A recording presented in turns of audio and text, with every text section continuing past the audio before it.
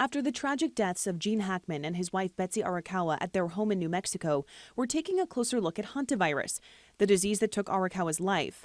Dr. Nicholas Turner from Duke says it's a disease carried by rodents like deer mice and certain species of voles and rats, most common in the southwestern U.S., where Arakawa died.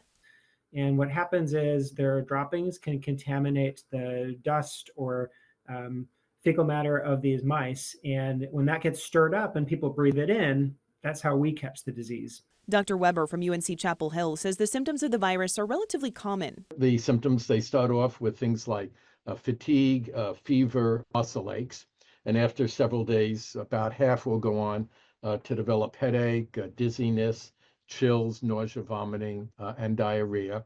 And some of them will then go on to develop the pulmonary syndromes of cough and congestion and filling up the lungs, fill up with fluid.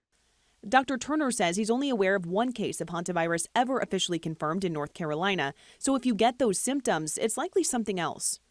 The beginnings of flu A and hantavirus would look very similar.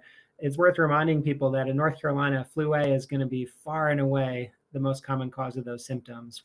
And though it's more common in the Southwest, it's still a rare disease with only around 850 cases across the country in the last 20 years or so.